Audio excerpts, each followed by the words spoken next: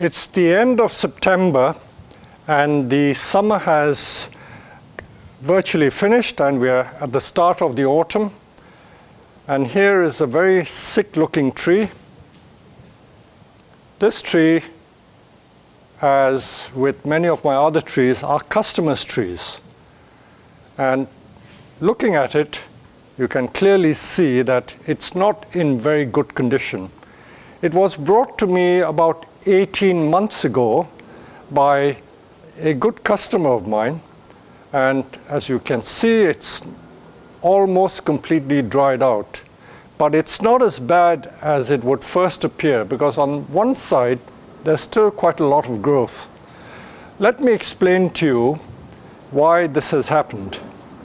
This variety is the small needle Cryptomeria, the Japanese Cryptomeria. It was originally an imported tree that I brought in about 20 years ago, and he purchased it maybe 15 years ago from me. And he kept it well for at least 10 years, but there was one year, about 2 years ago, when he went away on holiday for about 3 or 4 weeks, and his staff forgot to water this particular tree, so it dried out almost completely. So he brought it to me, and I've been growing it in moss for the last 2 years, but I've only been able to revive it to some extent. Many of these other branches have died away, so there's no hope for these branches. But Cryptomeria is a funny tree. As you can see, it's still trying to force green coming from this brown part. So they have this habit of doing this very browning. And Cryptomeria, as I did tell you in some of my earlier YouTube videos, is not a popular species because not many people know how to care for Cryptomeria. They produce a lot of brown needles, and you've got to be very meticulous and disciplined in tidying it. If you don't tidy it, they will not look good. So Cryptomeria is not popular in my way of thinking. Is that because it is a difficult tree to maintain? So I don't blame this customer of mine for not being so successful with this type of tree. But the foliage is very nice when Cryptomerias are trained well. But here is it looking very sad. You must be wondering why there are so many bad trees that I keep showing on the YouTube videos. Of course, it's only the bad and sick trees that come to me. If they're well and healthy, they're never brought here. So it's only the sick ones. When you go to a hospital, you don't find healthy people going there. It's only the sick people going. So the same way with these sick trees, they're brought to me because they're sick. Now, because the lower branches have died, I'm going to show you what I'm going to do with these trees. As for timing, I said to you at the start of this video that it's the end of September. So you must be wondering, is it the best time to work on these trees? Well, there are certain times when certain trees are best worked on. I would say that deciduous trees are best trained and shaped and pruned in early spring and right through the summer. But once you get into late August and September, you should stop working on deciduous trees because they will not produce new shoots.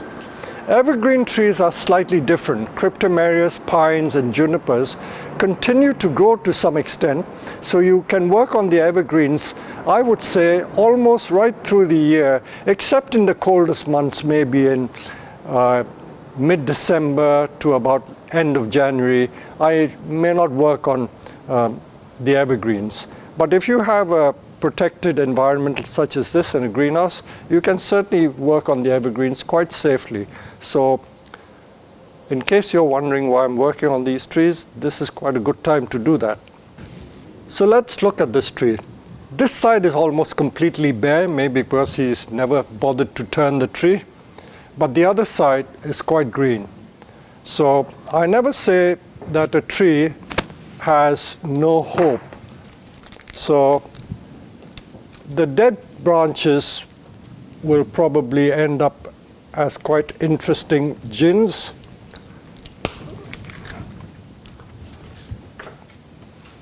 We don't want the gins too long because they don't look right. partial cut on the branches and then snapping it and pulling it aside.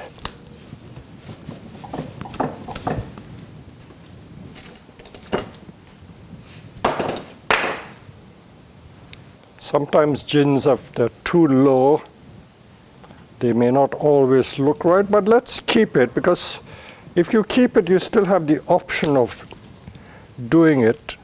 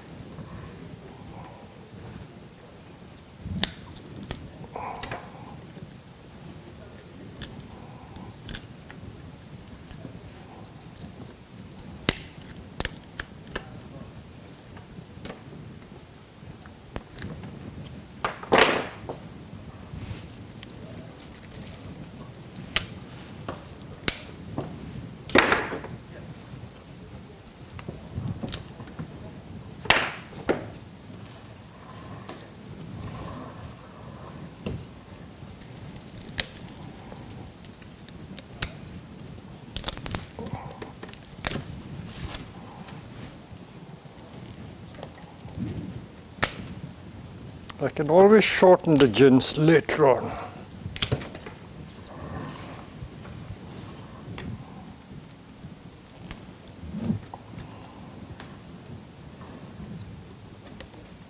Mind you, in nature you do find trees that have branches die back like this.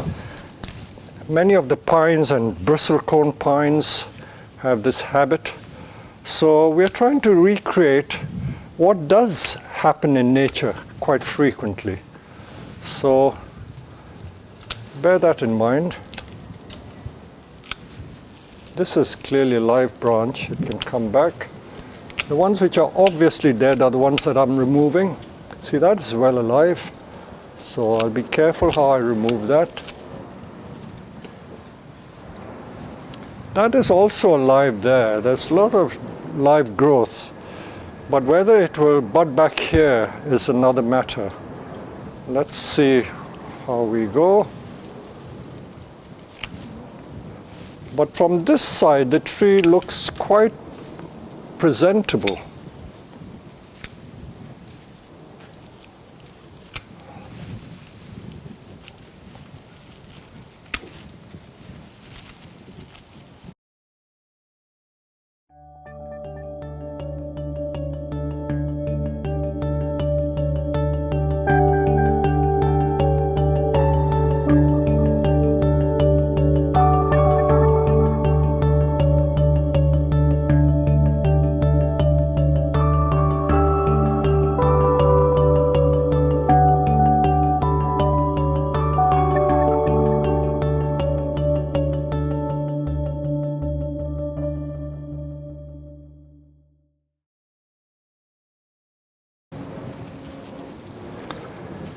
So just removing the brown needles from these branches and cutting out the ones which are already dead has made it look quite reasonable. So all is not lost. There is hope yet.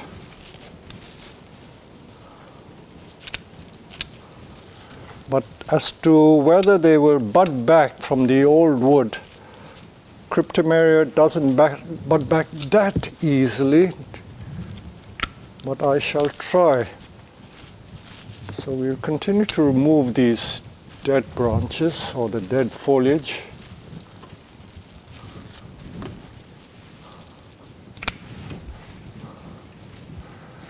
And there's a lot of dead foliage.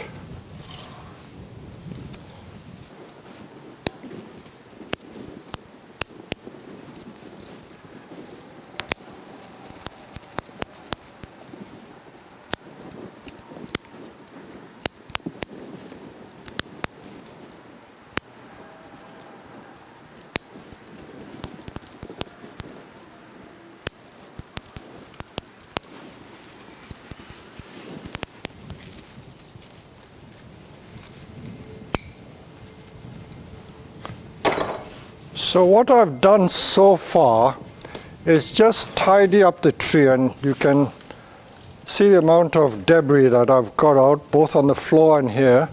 All these are just the dried up and dead branches.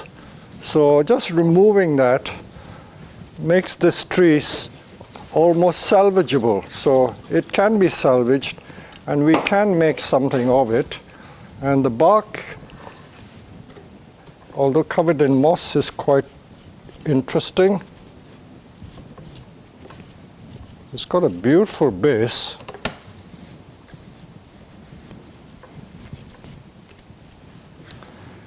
And just the dead branches there makes it quite interesting.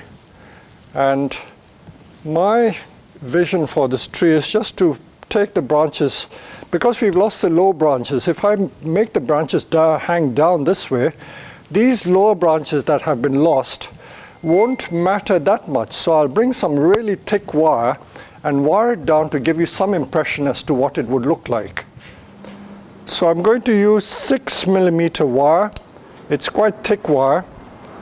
6mm Japanese wire.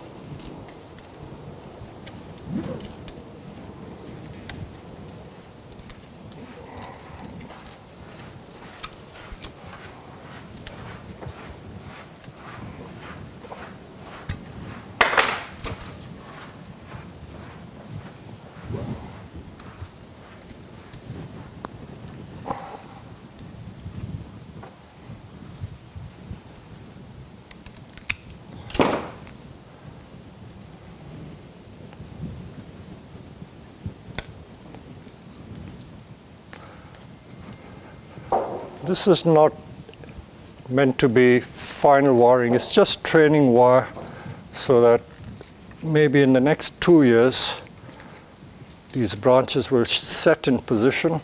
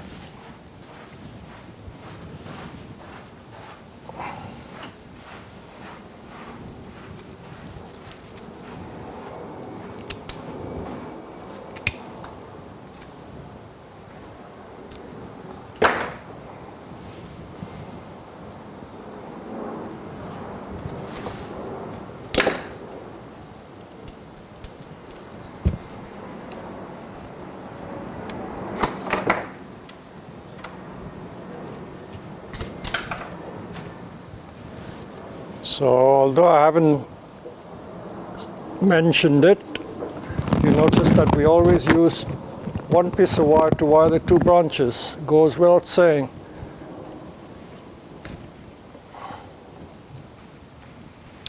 With very old branches such as these, it may take at least 2 years, maybe even more, for it to set.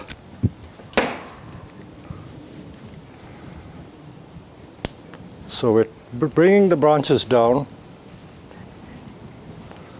so it fills the space of the branches that we have lost.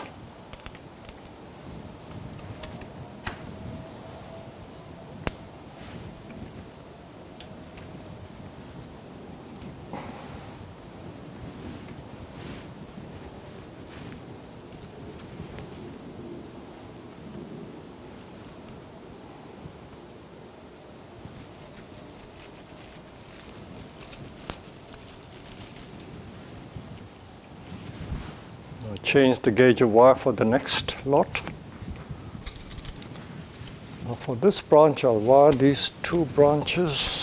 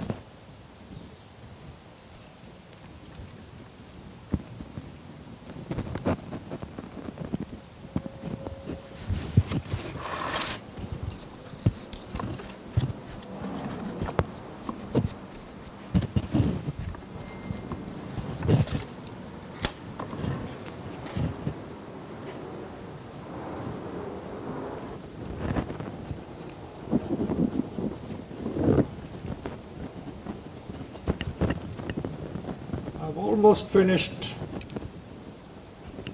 all the wiring that I intend to do at this stage of the tree's life. I think it will definitely come back again, and because I've now cleared all the debris, there's more light getting into it. So it's really just to show you the future potential of this tree, and to show that what appeared to be almost a non-starter, this tree has still got quite a lot of life left in it. And I'm sure a lot of people would give the right arm for a tree like this. So what started off initially as a basket case, as you can see it isn't a basket, but not in that sense, it really has quite a lot of hope left in it. So although it's been growing in a moss for, I would say, just under 2 years, I will now wait and see what happens in the next season. And maybe in the next season, the roots are very good on this. I'll take it up just to show you. I don't think I've had a look, but there are lots of new roots there. So they're hopeful signs. And maybe with a bit of fertilizer next year, this tree should pick up. And if we get a lot of new growth coming on the old wood, which it should do by pruning the ends, this tree will have some future, and the owner can make features out of this driftwood, very nice driftwood, and it's a lovely formal upright tree. So if we compare it with the before and after shots, and we can see how much I got rid of, there was no hope of this growing again, so we'll just burn that, and hopefully in a year or two's time, this should look quite reasonable again. There you are.